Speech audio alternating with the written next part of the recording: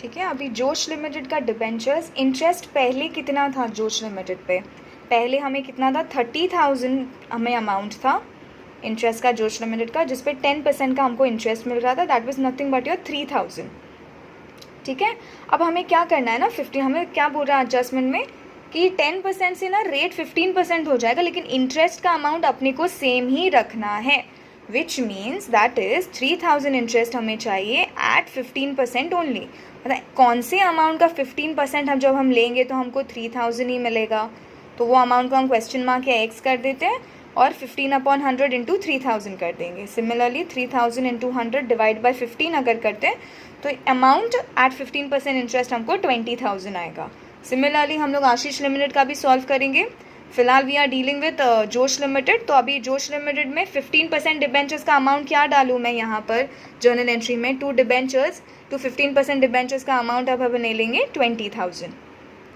So you have your journal entry to 15% debentures and your final journal entry is going to be 2 business purchase। जो first entry हमारा रहता है उसमें debit था business purchase, तो next entry में हम उसको क्रेडिट कर देंगे।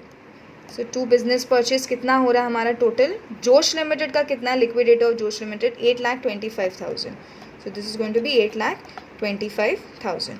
अभी यूजुअली ये अमाउंट अगर हमारे सारे डेबिट अमाउंट क्रेडिट अमाउंट से मैच करते हैं तो ठीक है, हम यहाँ पे हमारा जर्नल एंट्री फिनिश हो गया। बट मैच नहीं करते हैं तो यहाँ पर बैलेंस आता है अगर एसेट में, तो हम क्या किस में डालेंगे? गुडविल में डालेंगे। अगर हमें क्रेडिट बैलेंस आ जाता है तो हम उसे कहाँ पे डाल देंगे? हमारे कैपिटल रिजर्व में। ठीक है, so just add up all these amounts and then इससे सब्ट्रैक्ट करके देखो कोई भी बैलेंस बचता है क्या। तो आपको 55,000 का डेबिट बैलेंस आएगा, जिसे हम कहाँ ट्रांसफ़र कर देंगे? हमारे गुडविल में ट्रांसफ़र कर देंगे। So be careful when you are making your new balance sheet.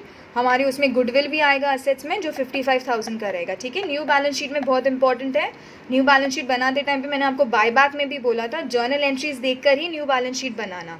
ठीक है, हम देखेंगे एडजस्टमेंट्स भी पढ़ेंगे, वो भी देखेंगे, बट आपके जर्नल एंट्री से आपको सारे न्यू अमाउंट्स मिलेंगे, असेट के सारे न्यू अमाउंट्स, क्रेडिटर्स और बिल्स पेबल के सारे न्यू अमाउंट्स, 15% डिबेंचर्स एक न्यू अमाउंट है, वो भी आपको मिलेगा। ठीक है, अभी हम नॉर्मल जर्नल एंट्रीज दूसरा देखते हैं। आशीष और कौन सा है? अभी हमारा थर्ड है आई थिंक, एक मिनट।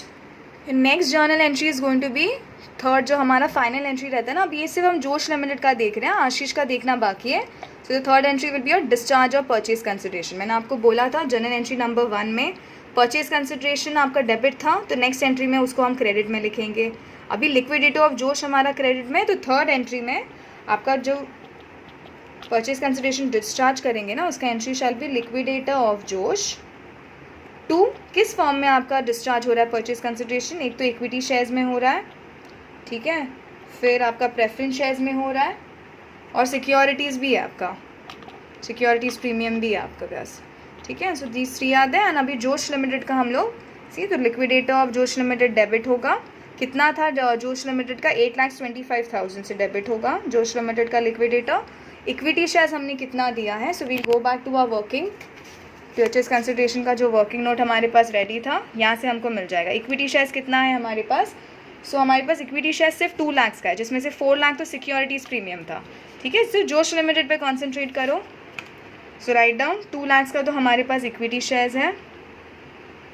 ओके, अभी प्रेफरेंस शेयर कैपिटल कितना है हमारे पास? ये देखो, ये प्रेफरेंस शेयर्स का पार्ट है, जिसमें से प्रेफरेंस शेयर्स हमारे कितने? फेस वैल्यू 1,50,000 ही है।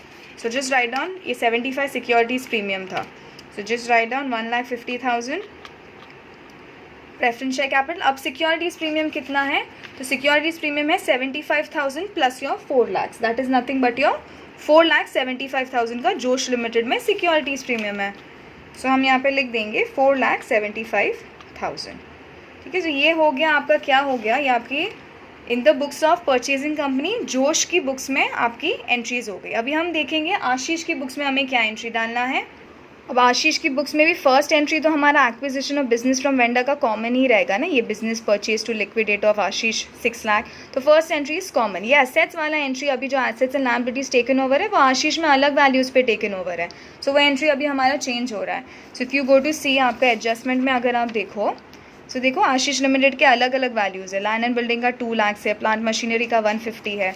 तो सिमिलरली आपके सारे एसेट्स एंड लायबिलिटीज अब जो टेकन ओवर हो रही है आशीष लिमिटेड का, सो लैंड एंड बिल्डिंग का 2 lakh, machinery 150 and so on ठीक है, आपको आई थिंक यहाँ पर भी उन्होंने डेटर्स तक वैल्यूज टेकन ओवर दी है, तो बचे हुए असेट्स आप बुक वैल्यू पे ले लोगे।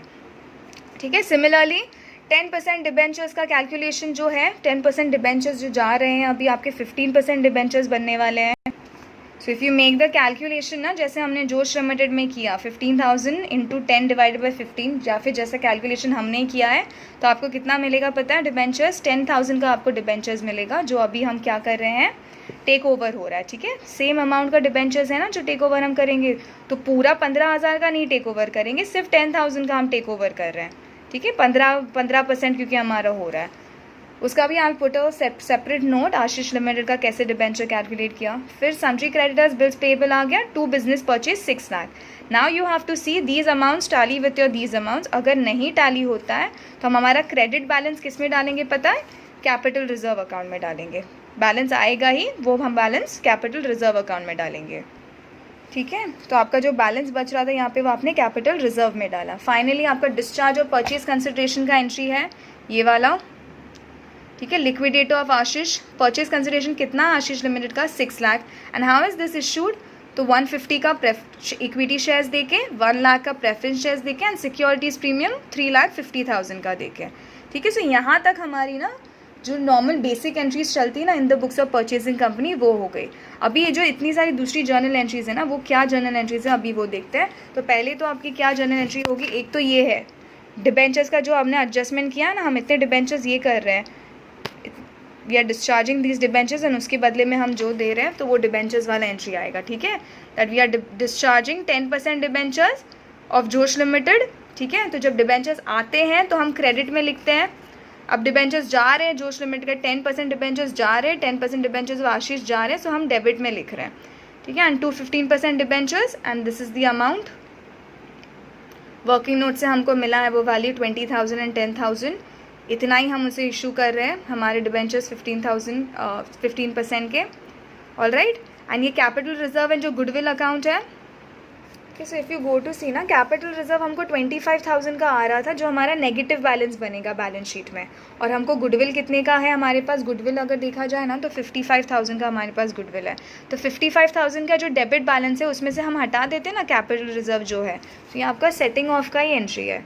25,000 का जो कैपिटल रिजर्व है ना, वो गुडविल अकाउंट में से ही आप लेके उसको सेट ऑफ कर दोगे। तो अभी फाइनली गुडविल आपका कितना जाएगा? देखो बैलेंस शीट में 55,000 आपका गुडविल था पहले। या फिर क्या कर सकते हो, सेट ऑफ नहीं करते हो तो ये कैपिटल रिजर्व को लायबिलिटी साइड में लिख देना। 25,000 का कैपिटल रिजर्व ना लायबिलिटीज में लिख देना, there is no need for setting off then. And goodwill जो 55 का है वो हमारे एसेट साइड पर लिख देना, तो दोनों एनीवे सेट ऑफ अपने आप हो ही जाएगा।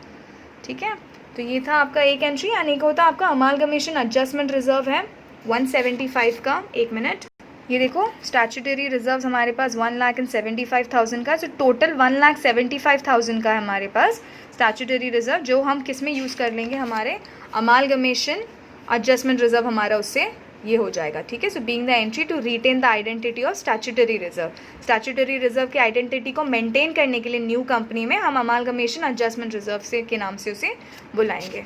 And this is going to be your treatment. ठीक है, it is treated as a separate negative line under the reserves column. Separate negative line का क्या मतलब है? किधर गया? ये देखो आपका 1,75,000 का अमालगमेशन एडजस्टमेंट रिजर्व कम हो जाएगा। ठीक है, तो अगर 175 का स्टैट्यूटरी रिजर्व है तो वो अब किस में यूज़ होने वाला है? अमालगमेशन एडजस्टमेंट रिजर्व में, तो हम लेस कर देंगे 175 को।